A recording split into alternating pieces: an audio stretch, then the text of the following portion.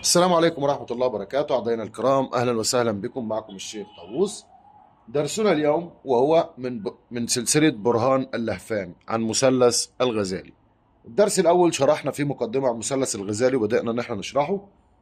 الدرس الثاني بتاعنا ألا وهو ده مثلث الغزالي، هنتعلم فيه تفاصيل كتير جدا. هنحط حرف الألف في كل الأبواب، ونحط حرف الألف في المثلث بالكامل، وهنرسم مثلث تاني هنا علشان نبتدي نتعلم واحدة واحدة مع بعض. ايه الفكرة في اللي انا بكتبه ده كله؟ وهنبتدي نحط ترقيم من 1 ل9، 4، 5، 6، 7، 8، 9. ايه الترقيم بتاعنا وايه الدرس اللي هنبتديه، وهنبتدي نقول ايه وايه اللي هتوضحه لنا يا شيخ طاووس في الدرس الثاني من السلسلة. اول شيء خلونا نبتدي بحرف الالف. ايه هو حرف الالف؟ ايه مفهومك عن حرف الالف في مثلث الغزالي وربطه بالبرهطية المشهورة عند عامة الناس؟ خلينا نقول ان حرف الالف البداية بتاعته بنسميه سر البدايات وقوة التحلي. قوة التحلي، سر البدايات وقوة التحلي. في ايه حرف الالف؟ خلونا نقول ان حرف الالف نفسه بنقول عليه هو بما يعادل في حساب الجمل، بنقول حرف الألف بيساوي رقم 1. ده أول شيء نعرفه عن حرف الألف. رقم 2 في حرف الألف ده لو عرضناه زي ما بنقول في حساب الجمل، ده بيساوي. طيب حرف الألف ليه كتبناه في المثلث في جميع الأبواب في جميع البيوت؟ يعني أقول لكم، خلونا نقول من 1 ل9 هم عدد بيوت المثلث. خلونا نتفق مع بعض اتفاق ان هنا هنحط حرف التاء، تمام. هنحط هنا حرف النون، هنا هنحط هنا حرف الهاء، وهنا حرف الميم. هنحط هنا حرف ألف، ألف، ألف، ألف. الأربع ألفات دول هم مين؟ دي اختصار لكلمة أملاك.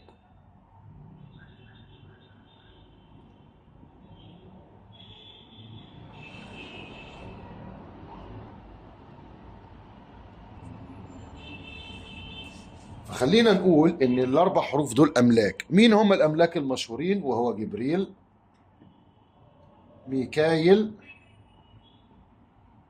إسرافيل، عزرائيل. دول الأربع أملاك اللي نقصدهم. طيب نتوقف على لغاية هنا ونكتب في النص هنا. بنسمي اللي في النص بنسميه قطب، بنسميه قطب. طيب الأربع حروف اللي أنا كتبتهم، النون هي اختصار للنار، النون اختصار للنار، والتاء للتراب، والهاء للهواء، والميم للماء. حرف الألف إذا كان بيساوي 1 فهو حرف الألف. لو عرضنا حرف الألف على البسط والتكسير نخرج منه إيه؟ لا، نخرج منه 3 أشياء مهمين جدا جدا جدا جدا، ألا وهو أول حاجة اسم الله كافي. يعني إيه اسم الله كافي؟ يعني الكاف ب20 والألف ب1، الفاء ب80، الياء ب10، لما نجمعهم ليهم 111. طيب لما نحط الألف، عفوا، لما نحط الألف واللام والفاء بيساوي كام؟ الفاء ب80، اللام ب30، الواحد بينها بيدينا 1111. طيب احنا جبنا منين كافي وجبنا منين 111؟ طيب لو حطينا هنا اسم ميكايل، ميكايل هكذا، ياء ب10، كاف ب20، ألف ب1، لام ب30، ياء ب10، ميم ب40. نحسب 20 40 60 70 80 و30، 110 وواحد بيساوي 111. ايه هو ال 111؟ حرف الالف لو كتبناه نفس ما نطقناه لفظي هيساوي معانا الميزان بتاع 111. الملك العلوي الخاص بحرف الالف ايه هو؟ لما نقول ال 111 دول نطرح منهم 51 ونطرح 41 ونطرح منه 319. هقول لكم ازاي وهفهمها لك. 111 لو طرحنا منهم واحد يبقى كام؟ 110. ال 110 ننزل منهم 50 يبقى كام؟ 70. ال 70 ديت يعني ايه؟ يعني حرف عين. حرف عين لما نزود معاه ايل في الاخر يدينا ايه؟ يدينا عائيل اهو. يبقى ده الملك العلوي الخاص بالملك بحرف الالف. طب لما ننزل عايزين نجيب الملك المستنبط نوراني، يعني ده اسمه ملائكي. ده الملائكي لان ضفنا ايل 51.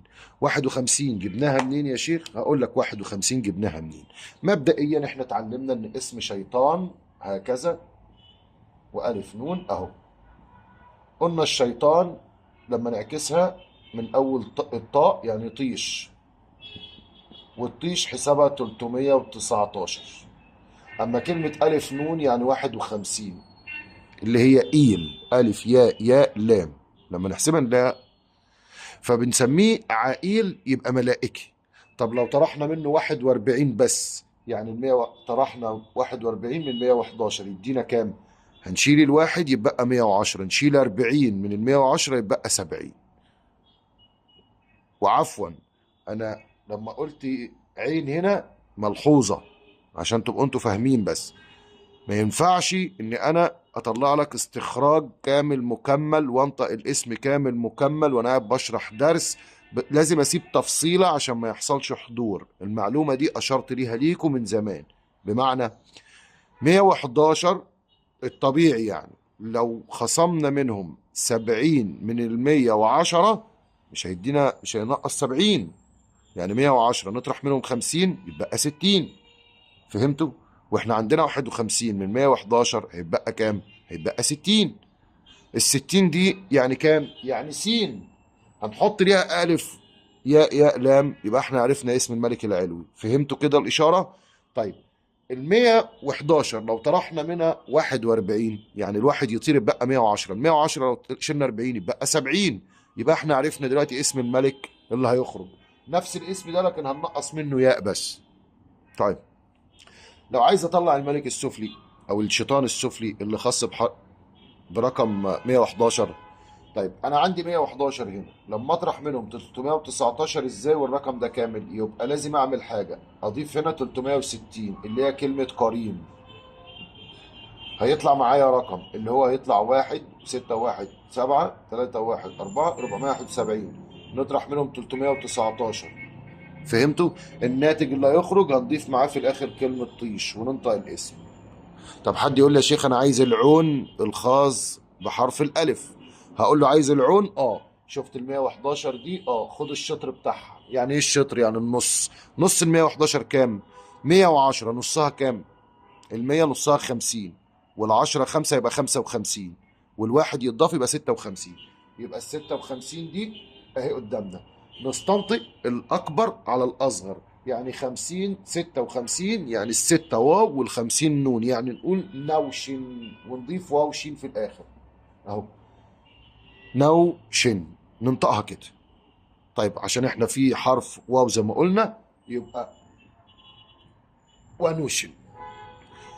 نوشن نكرر الواو مرتين يبقى ده اسمه الحاكم على العون. لكن احنا عايزين العون يبقى نستنطق الاصغر على الاكبر، والاصغر على الاكبر هنا يعني عندنا 56 يعني الستة بواو اهي وال50 بنون ونضيف واو شين اهي يبقى اسمها ونوشن.